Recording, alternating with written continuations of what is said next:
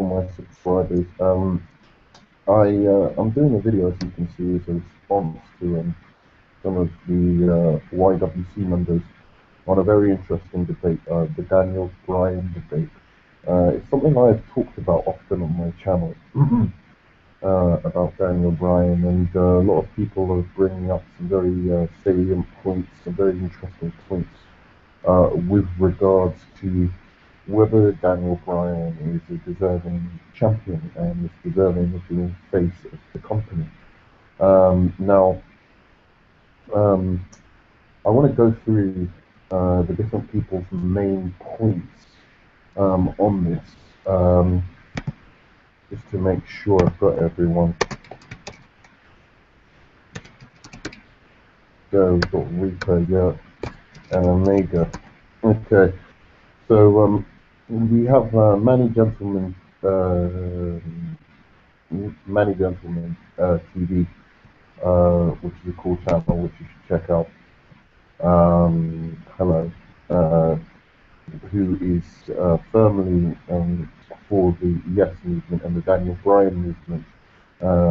We have then Thedarkhouse545, formerly known as Danielson, who is part of a growing No movement. We have the Reaper, who's an old friend of mine on YouTube, who also is part of the No movement, and then finally Omega, who's part of the Yes movement. Now, there's some things I want to address with the Thedarkhouse545, which is Danielson first. He said a lot of very provocative things about legends in the business, comparing them to Daniel Bryan, and saying that there's a certain look and appearance that makes for a champion, and you have to have a kind of it factor. And the person he chooses that he believes has this it factor is, in comparison, and therefore he would be deserving of Daniel Bryan, is Roman Reigns. Now, Roman Reigns, for me, at this point in time, I'm not saying he doesn't have a lot of potential. Clearly does have a lot of potential. I'm not taking that away from him. But Roman Reigns, to me, is one of the most overrated guys in the WWE at the minute. And, for someone like Danielson or the Thedarkhouse 545, comparing him to people like The Rock and Stone Cold and, Brock Lesnar, as having an it factor that is going to make him a draw way beyond Daniel Bryan. Is absolutely 100% garbage. It's ridiculous. It doesn't make any sense. Now, okay, so let me just go through one of the arguments. First of all, he says,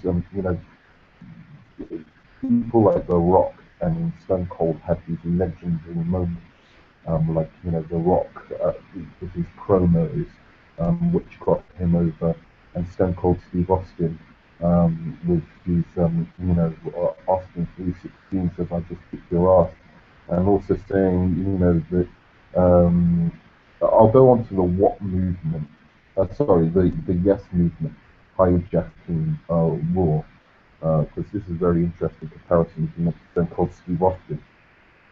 Now, he says that Roman Reigns,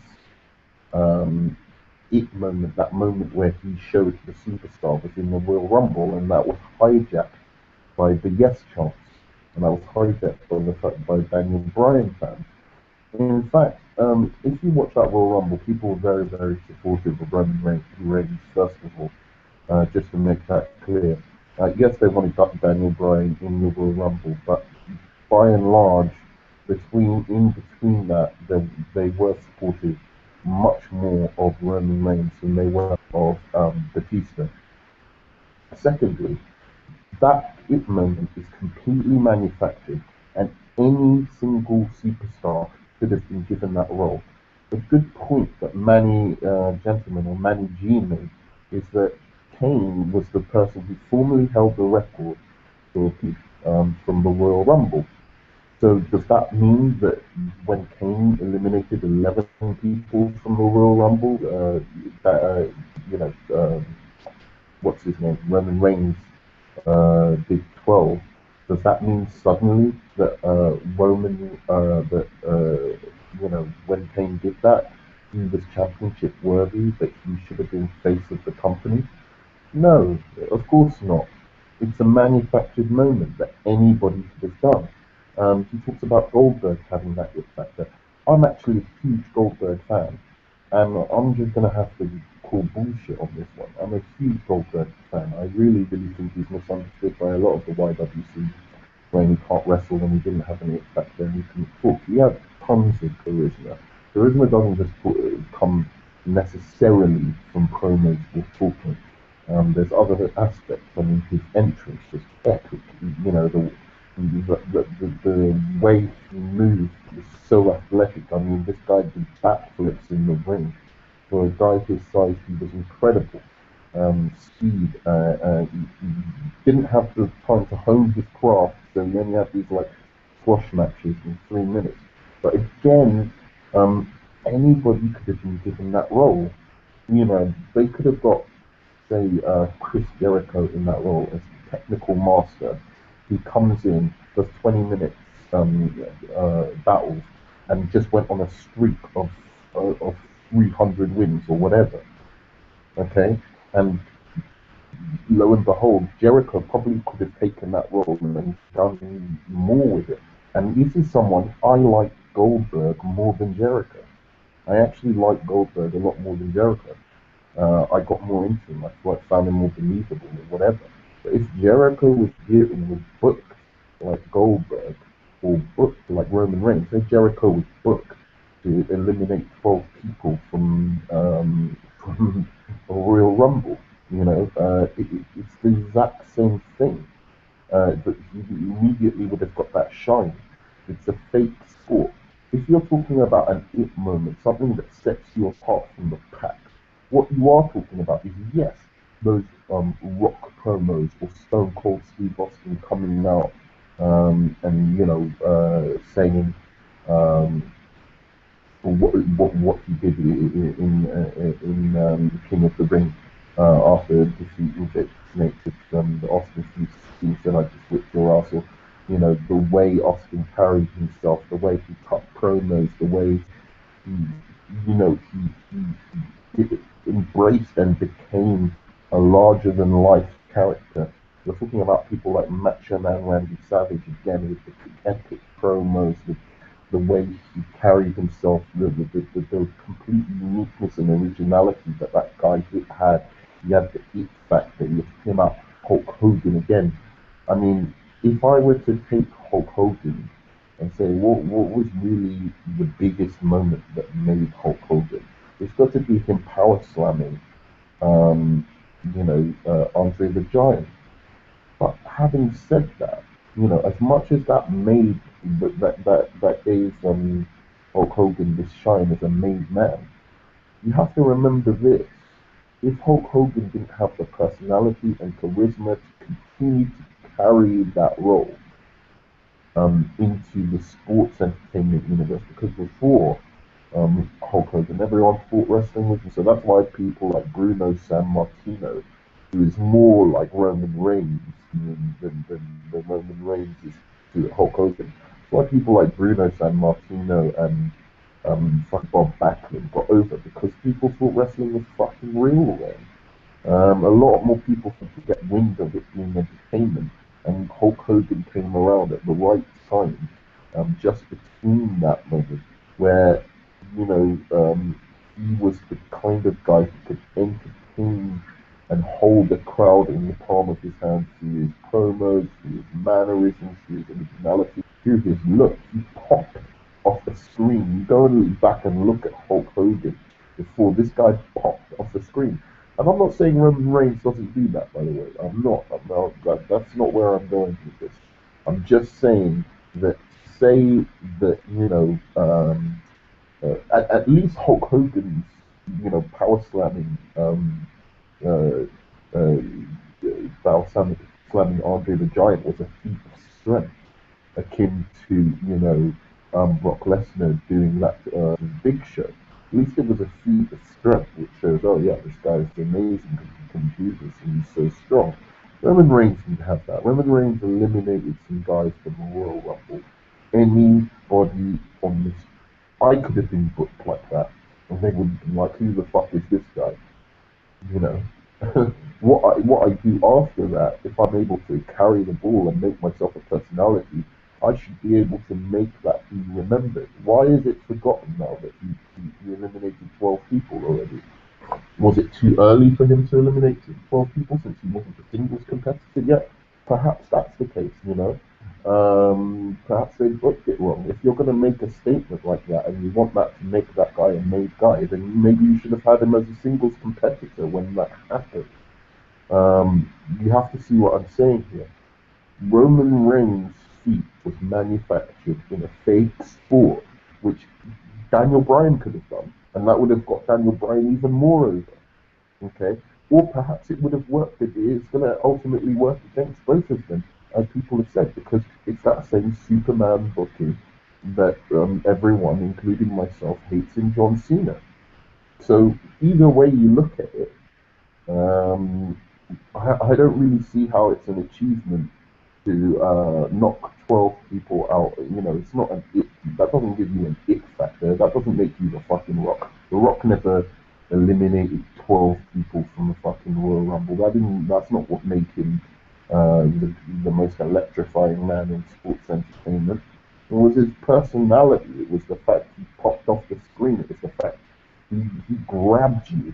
You know, within 2 seconds of seeing a promo of his, he grabbed you and made you watch him because you wanted to see what he was going to say. You know, same with Stone Cold Steve Austin.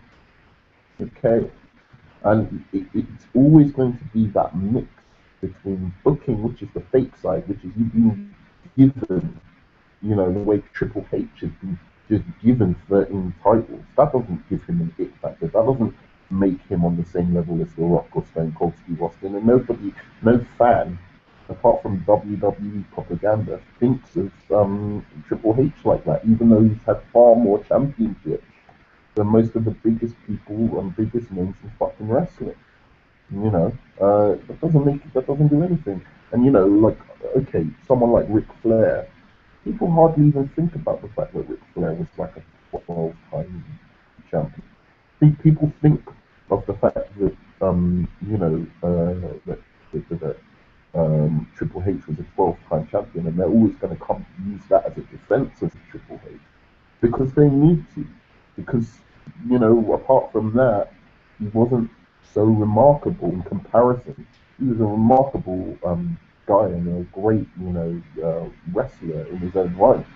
But he just wasn't as remarkable as those around him. He just didn't grab your attention like the guys around him. Not even like you know, someone like Mankind grabbed your attention more than him. I'd say Mankind is more of a transcendent star and legend and more known outside of the business than Triple H is. Okay, so there's that bit. Okay, we talked about the booking element. You know, it's not. There's the booking element, and then there's what the actual sports entertainment brings to the table himself. Roman Reigns has been booked a certain way, but he hasn't brought anything to the table himself. Okay, so there you go. All right.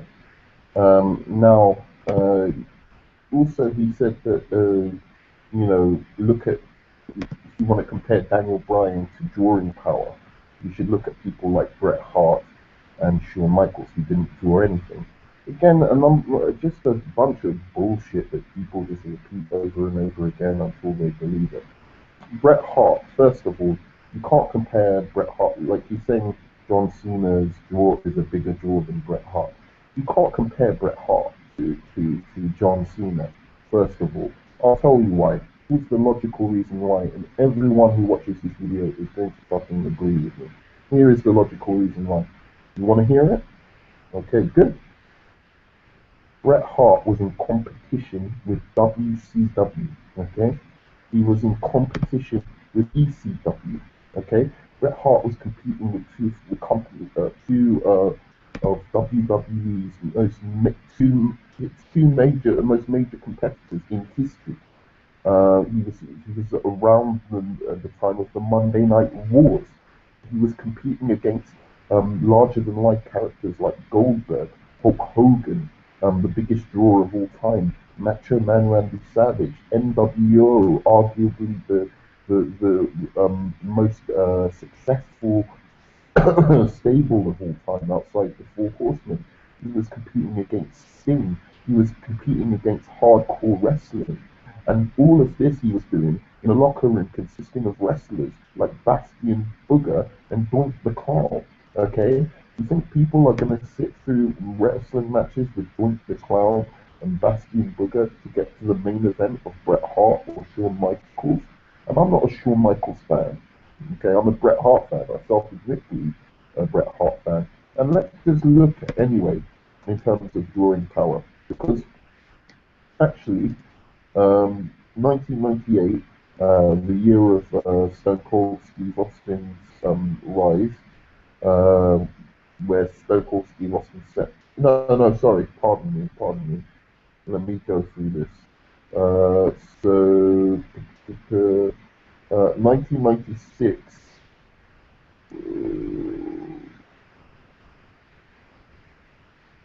In 1996, yeah.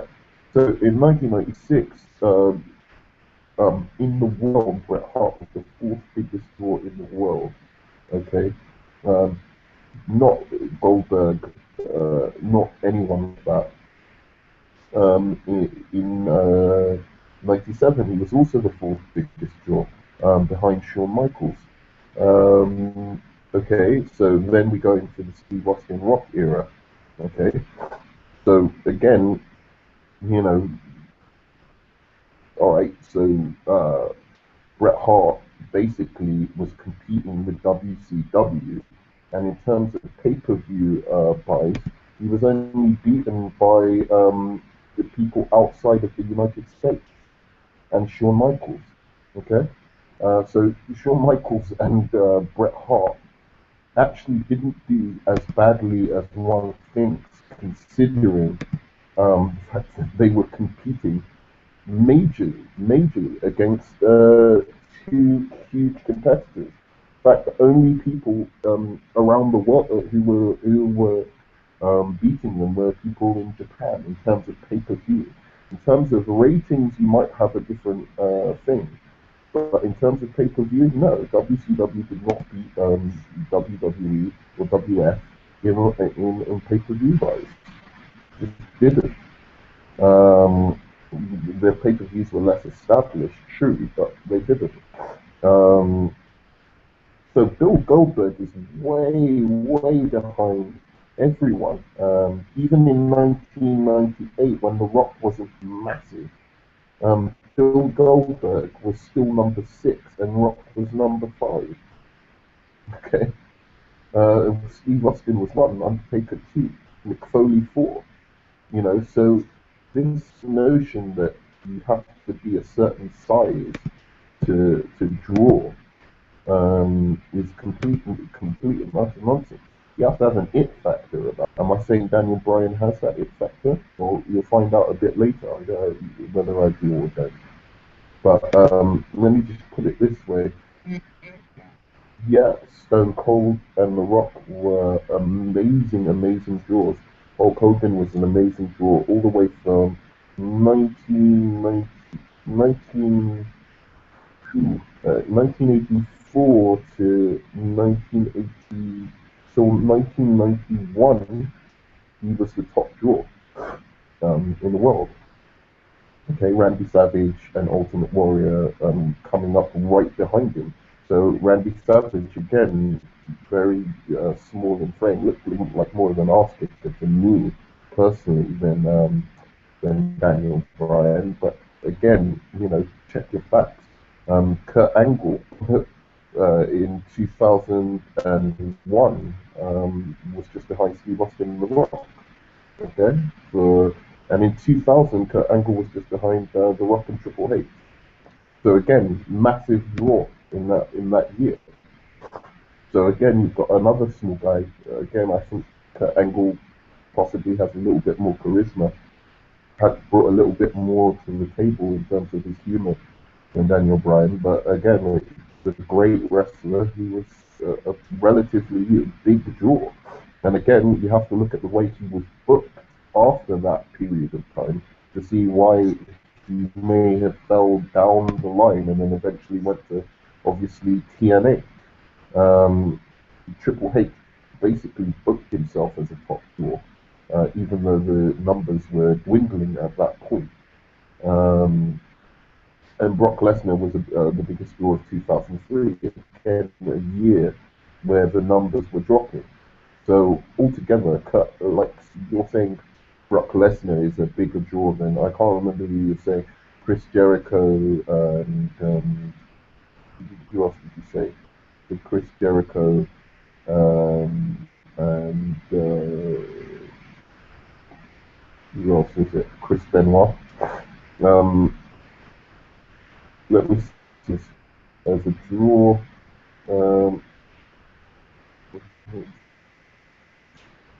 Chris Benoit was the second biggest draw in the world in terms of wrestling. Okay, so again, just after the year of Brock Lesnar in 2003. Okay, so again, you have to look at Brock Lesnar. You say, oh, he had this it factor, this big man thing. He was booked as a top draw in 2003. Basically, he came in and destroyed everything. I'm not saying he didn't deserve it. Amazing athlete, no doubt he deserved it. But he was booked that way. It wasn't anything he did on the mic. He did pop off the screen, I'll give him that much. He did see, think, who the fuck is that? But once you saw him for a while, it was only his amazing wrestling skills that put him over, because it certainly wasn't his personality and or his mic skills. And in terms of why he's even a draw now, the basic reason Brock Lesnar is a draw in wrestling is because he went to UFC. So I don't think if he had have gone out of wrestling and then come back now without having done his stint in the UFC and been so successful in the UFC, I don't think everyone would be that fucking excited about Brock Lesnar. I'm sorry, it just wouldn't happen. So unless Roman Reigns is planning on becoming a UFC champion, I don't see how using Brock Lesnar as an example is even it's completely illogical. Saying he's got the it factor because he's big. There's been plenty of big men, throughout the time who couldn't speak and they didn't have the it factor. And there was Hercules, there was Bret Hart was a much bigger draw than fucking Hercules. But people have just forgotten and who were like booked fucking strong, very, very strong back in the day because of their bodies. Look at fucking Sid Vicious. Guy wasn't a great wrestler. He was a better talker and had more charisma than fucking Roman Reigns. To be honest. Diesel, again, big man, better talker, more charisma than fucking Roman Reigns, as far as I can see. Anyway, it's not about being big. It's not about being necessarily even like a fucking badass. It's about connecting with people. And via connecting with people, being able to stir their emotions. Can Roman Reigns do that? Has he got that ability through some means, something in himself? Because that is what Goldberg did. That is what Brock Lesnar did. That is what The Rock did. That is what Kurt Angle did. That is what Macho Man did. That is what Mankind, Mick Foley did. That is even what Triple H did. Okay, and that's a guy I hate. That's definitely what Shawn Michaels and The Undertaker did. That is what you should be looking for. Connection with people. Size matters in the sense of believability. I definitely agree with Danielson and Reaper on that. I have to agree. In terms of believability, size matters. Does that mean that, if Daniel Bryan goes on a winning streak, they're booking him like a Superman, and that people are going to get fed up with it? I think they're right on that. I'm going to be honest. I think they're right on that, and that's because all the people that are getting over at the moment are because people are fed up with John Cena. That's the truth of it, and that includes Roman Reigns. That does not exclude Roman Reigns. Roman Reigns is one of them. Roman Reigns, anyone that the WWE teases could possibly pay over from uh, from from John Cena. Everyone jumps on the bandwagon, whether it's Roman Reigns, whether it's Daniel Bryan, whether it's CM Punk, anyone, and to be honest, I don't think any of those guys had the complete tools to be somebody on even on a quarter the level of a Stone Cold Steve Austin. None of them. Either it's something to do with their size, believability factor, the fact that their personality. One thing Daniel Bryan does have, which is probably the biggest thing, which is what I just mentioned, connection with people. Connection with people. Sometimes that can even overcome believability. I mean, you look at somebody like Mankind or whatever, but he didn't need championships to become a transcendent star. I mean, he had a couple of championships here and there, but he didn't need championships because you just felt to him, you were connected to him, and we wanted him to win. The fact that he did or didn't matter. The fact that he went out and put his body on the line for us, for our enjoyment, was what really, made us feel a sense of, not sympathy, but like, hey, this is our guy, it's the average guy just like us. And to add to that, he had a lot of personality. The guy was fucking funny, The guy was fucking funny. But that connection with the audience, whether it is to get them to hate you or love you, is what is like a primary factor, the it factor. And Daniel Bryan, for whatever reason, seems to have that in spades. And that is far more important. Far, far, far more important than size. In the grand scheme of things. I mean, look at fucking Ric Flair. Did Ric Flair really look like a believable badass in comparison to the rest of the people? I'm sorry, in everyone looked like they could knock fucking Ric Flair out. Like, if I saw Ric Flair in Macho Man, I'd be like, yeah, I'm going on Macho Man's side, or Hulk Hogan, or fucking who else did Lex Luger, or all of these people were saying all of these people that he fought. He didn't look believable in comparison to them, in terms of fighting. Especially the fact that he was like most of the time, like when he was really good, he was kind of like a chicken shit heel. Right? So believability is about connection to people.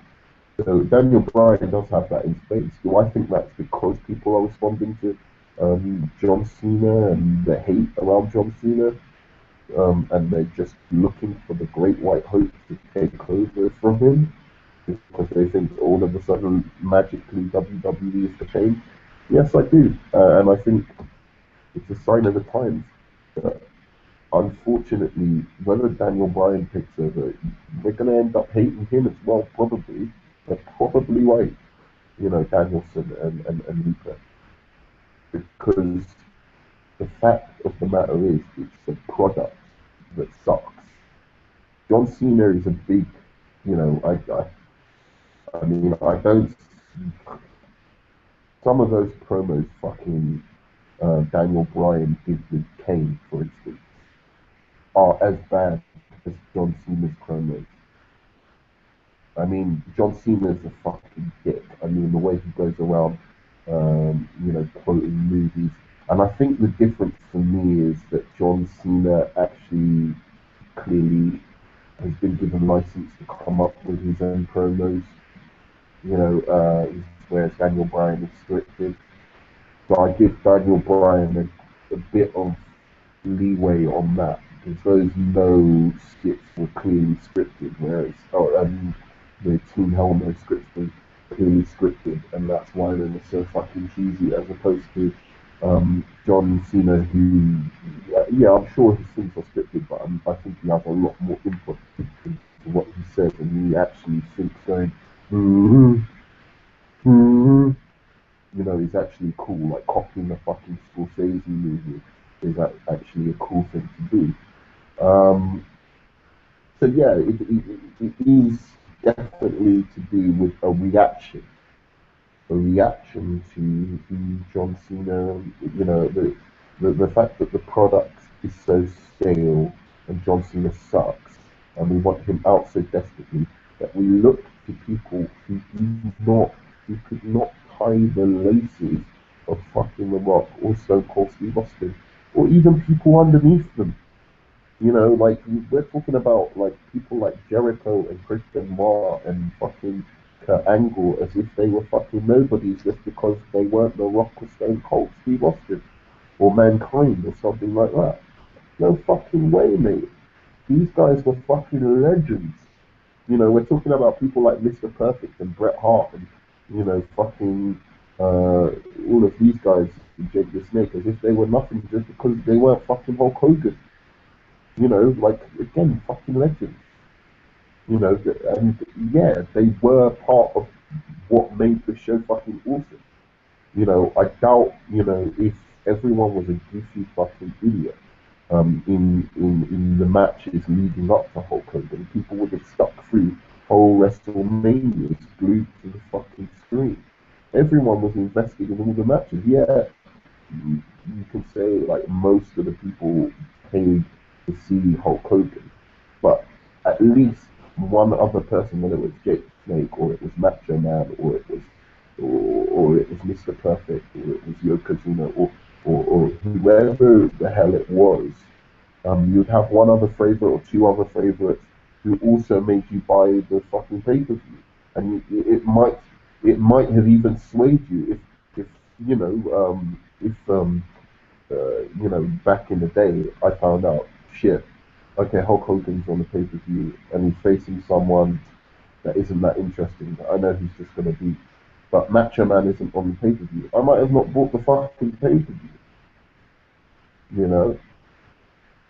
Simple as. If, like, it wasn't stacked with matches that I was interested in, I might not have bought the pay-per-view, you know? So yeah, Hulk Hogan had a fucking good crew with him, and so did Stone Cold and The Rock. Stone Cold and The Rock, yeah, they were the main guys. Yeah, they were the reason you bought the fucking pay-per-view. No doubt about it. 90% of the people bought the pay-per-view because of them. But they also were interested in what the fucking Dudley Boys were doing, or what the Hardy Boys were doing, or what, you know, if it was just complete shit, apart from Stone Cold Steve Austin and The Rock, I think they would have had a hard time too.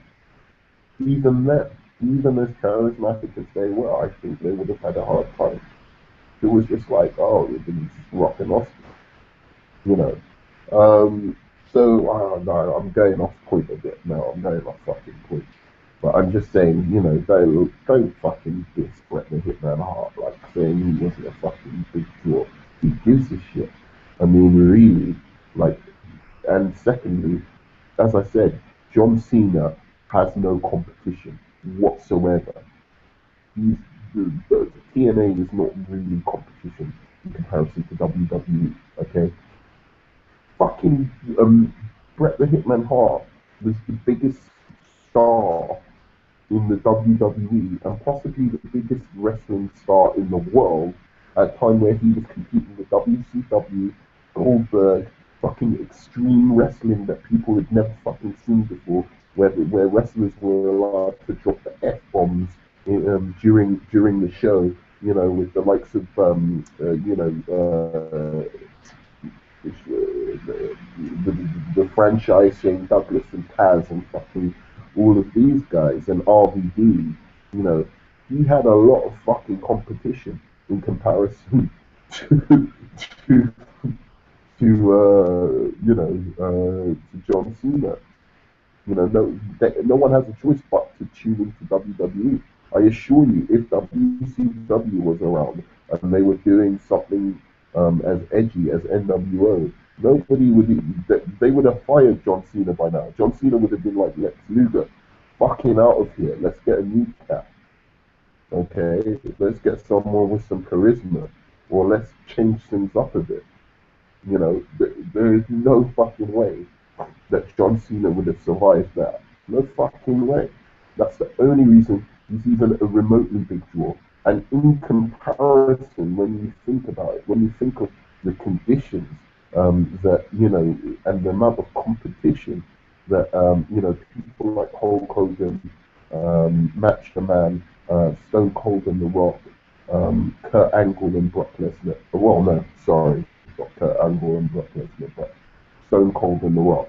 When you think of the competition that they had in comparison with John Cena while they were on the rise, the serious level of competition where they were, when Bret Hart was facing the biggest fucking draw in wrestling history in Hulk Hogan. That's who he had to face because he was the leader of the NWO. That's who Bret Hart had to face. Okay, on a weekly basis, he had to try and beat him in ratings and pay-per-view buys. Okay, and he did a damn good job of it. Alright, John Cena doesn't have that, so it's not a fair comparison, Danielson, at all. And to say that Daniel Bryan is there for that kind of person who isn't going to draw and blah blah blah, it means you're not really thinking. I'm not saying you don't know anything about the business. I just don't think you're thinking about the business clearly enough. I think if you clarify what you're thinking, you'll understand that isn't really a sensible kind of push. And okay, so in terms of Roman Reigns, as I've said, I think he's got about as much it factor as Daniel Bryan. Am I part of the no movement? No. Am I part of the yes movement? No. Okay. I don't think any of those guys have it. I don't think CM Punk had it. I think CM Punk was he was diversive. He pissed people off. Not in a good way, in a way that they just wanted to change the channel. They didn't want to see it. I admit, like people wanted to see him get his ass kicked by Rock. A lot more, more casual viewers wanted to see him get his ass kicked by Rock because it was like his fan base and like them crying over like the Rock beating him and whatever. And he's just like dissing the. I wasn't even talking about his promos on WWE that pissed me off. It wasn't his performance in WWE that pissed me off. It was some of the comments I heard him, snarky comments about the Rock he was making, to papers and about him being a movie star and blah blah blah and him taking people's positions. That's what pissed me off. So it wasn't how good a heel he was that made me want the Rock to beat him and bury his fucking ass. It was him being a dick. And that made him diversive. Later on, I gained some appreciation for CM Punk. But I still thought, nah, man, this guy can't step in the ring with fucking Brock Lesnar and look serious. Come on, dude. You know what I mean? But just because you can step in the ring with Brock Lesnar and look serious doesn't mean you're the fucking guy either. Okay? So let's stop all that bullshit with Roman Reigns. Alright? Roman Reigns, for instance, could step in the ring with Hercules. He could step in the ring with Abdullah the fucking Butcher or whatever, and it would look realistic. That doesn't make them the guy. He could step in the ring with Yokozuna. More it factor, I'm sorry, than Roman Reigns. Yokozuna had more it factor than Roman Reigns. Not in terms of being a face, but in terms of doing his job, in terms of being like, who the fuck is that? Can Hulk Hogan beat him?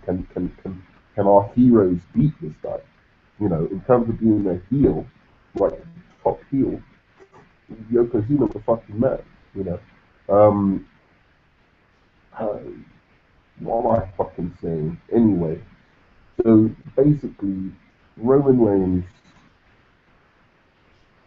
I think he needs a lot of improvement before we can even start talking about him being face of the company. We need to see some more personality. We need to see some more charisma out of him. A Superman punch ain't doing it for any casual fans. I can tell you that much. People who aren't hardcore fans of wrestling won't give a shit about a Roman Reigns. They're not going to start tuning in. They're not going to. It's not going to be water cooler talk, as good old JR or Jim Ross says. He's not going to cause that water cooler talk of, "Ooh, did you see what happened in fucking Raw when super punch?" Do you know what I mean? When Roman Reigns did a super punch, no one's going to give a shit about that. You know. In the same way they gave a shit about, like, see what Stone Cold did to fucking Vince McMahon last week, you know, that kind of fucking thing.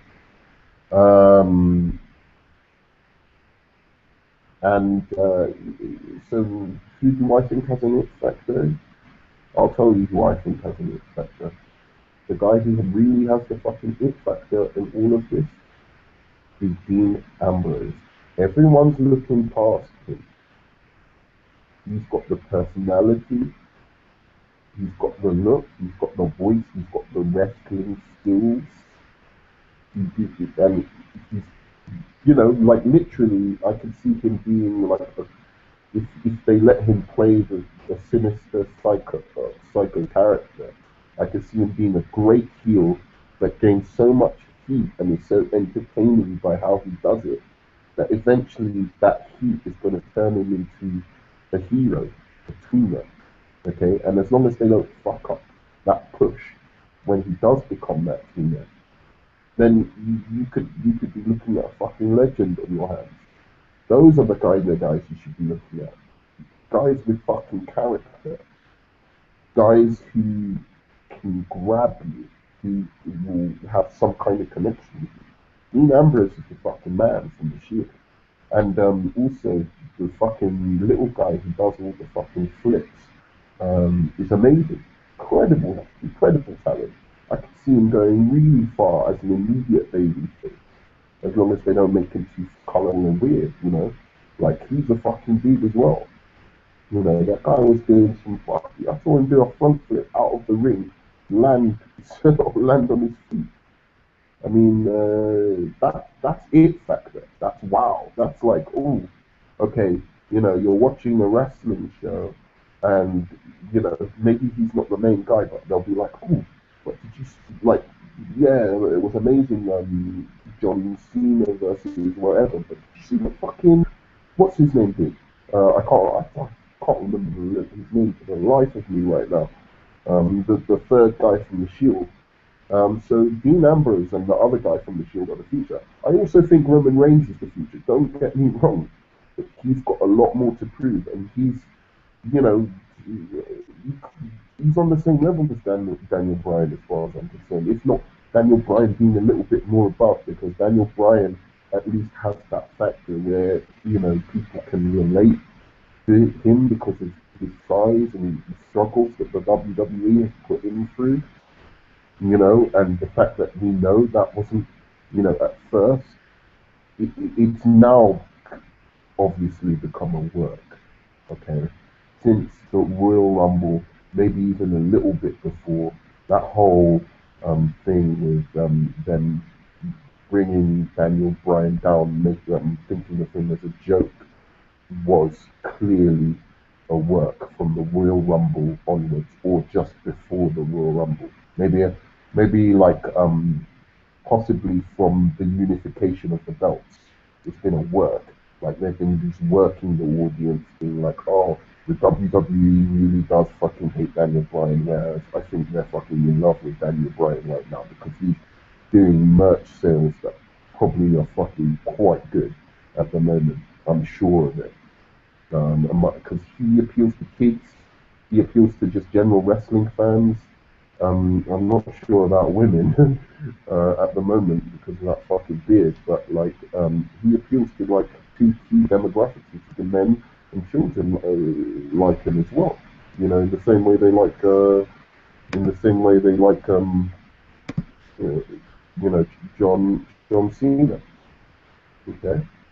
Um, so, you know, he's cracking a very key demographic. And yeah, do I think people are going to get bored of him if he stays in this character? Sure, I do. Sure, I do. I really do. And I really hope that he finds new ways of developing his character a bit, you know, and being able to accomplish being a good heel if he needs to be. If people turn against the Yes movement, you know, he needs to be ready to brace that and become a fucking heel, you know, and a villainous character so that he does make himself into a legend. Because that's how the legends are made. It's how you deal with when a whole fucking crowd are saying you suck that makes you a fucking legend, you know. It's not when you're on top. It's not when everyone is fucking screaming your name that you know that you're a legend. Because when you're being booked fucking strong, most people will be able to pull off being a fucking good guy. I mean, actually, it's quite difficult, but I'm just saying, being booked strong for a while, it's going to work. It's when the boos come. Do you crack? Can you handle the fucking pressure?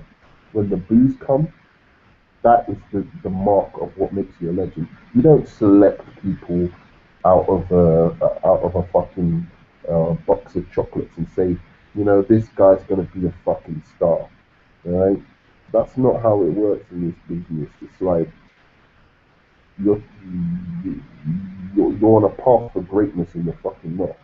And as I said, when Hulk Hogan and the crowd turned against him, look at what he did. That is what makes Hulk Hogan a legend. The crowd turned against him and he was like, all right, I've got something for you. You think I'm one dimensional? You think I'm just say your prayers, eat your vitamins? Okay, I've got something for you. Bang, NWO, biggest stable of all fucking time. Biggest heel stable of all time. Coolest stable of all time. Sold some of the most merchandise of all time. Bang, one of the greatest heels of all time. Hulk Hogan. He showed us he is the complete fucking package. Same with The Rock. You know, when The Rock was getting booed out of stadiums and whatever. Alright, alright, cool. You don't like me, yeah? Uh, know your role, okay? And he taught the fans their role, that they love him, they can't help it. Because he can make them, even if it's through hate, they will love it. You know, the same thing with fucking Bret Hart. You know, we forget about Bret Hart's fucking amazing heel turn. You know, like, oh, alright, you don't like me. Oh, you like that Stone Cold dude? Alright, I'll show you something. Fucking bang, I hate America.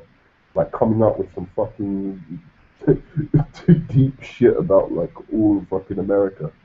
Okay? All of the greats have been able to fucking do that, you know? And that is what I'm saying. I do think this Daniel Bryan yes movement has a shelf life. But whether Daniel Bryan himself has a shelf life is how he deals with the fact that, yeah, guys aren't going to be into this. Guys aren't going to be going, yes, yes, yes, for forever, mate. Not going to happen. I don't even want to do it anyway. I probably wouldn't have done it from the fucking beginning, even when I liked Daniel Bryan a bit. I'm like, I'm not going to go, what the fuck is yes, yes, yes? That's got a shelf life. So, yeah, how he deals with it.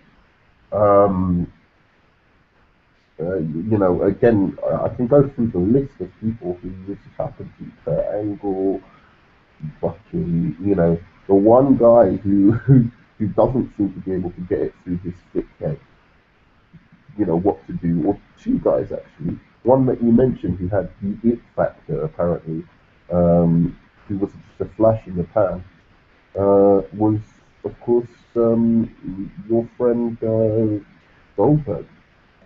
Couldn't deal with being a heel, you know. Couldn't deal with when the crowd turned against. Didn't know what to do. Didn't know what to do when he wasn't booked like a fucking Superman. Okay, so you know, So yeah. Anyway, I think I've said quite. I can't remember if there's anything else.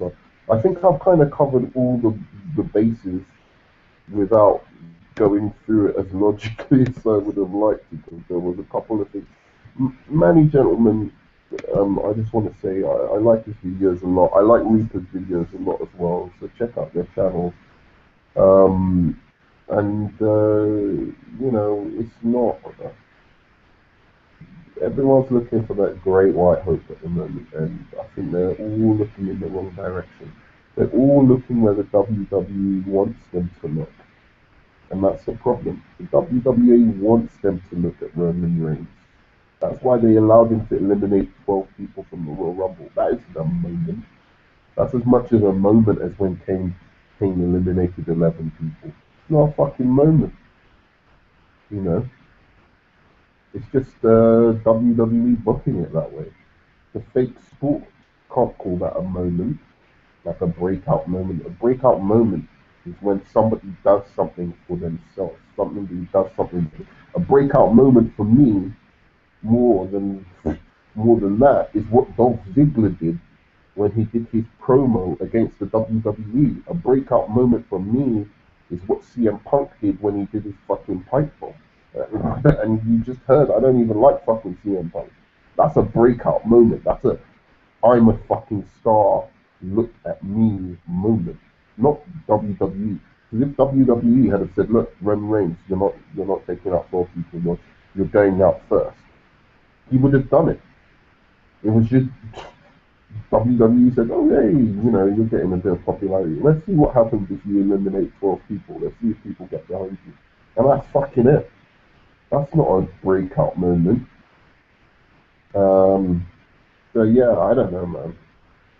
I don't know what else do I have to say. Like that. Yeah, it's like saying Kane knocking out for 11 people. Kane's done that 3 times in a row. He's eliminated the most amount of people. It doesn't mean you're a breakout star or transcendent star. It doesn't mean fuck all. Um, so yeah, that's been intelligent wrestling talk for today. I know I haven't been doing that many videos. Once I've finished what I'm doing a little writing project at the moment, and once I've finished, I'll be uploading more videos. And I'm sorry to my subscribers, I do, appreciate all the kind words and the support you gave me before. But it's just sometimes life gets a bit too hectic to be able to do these things as much as I would like to. And then if I can't do it as much as I'd like to, it becomes, it's like, but it's good when I get something that I really want to talk about like this, to to do a video on, because this was an interesting debate about Daniel Bryan. So what's my final word on this? Am I part of the yes movement? No.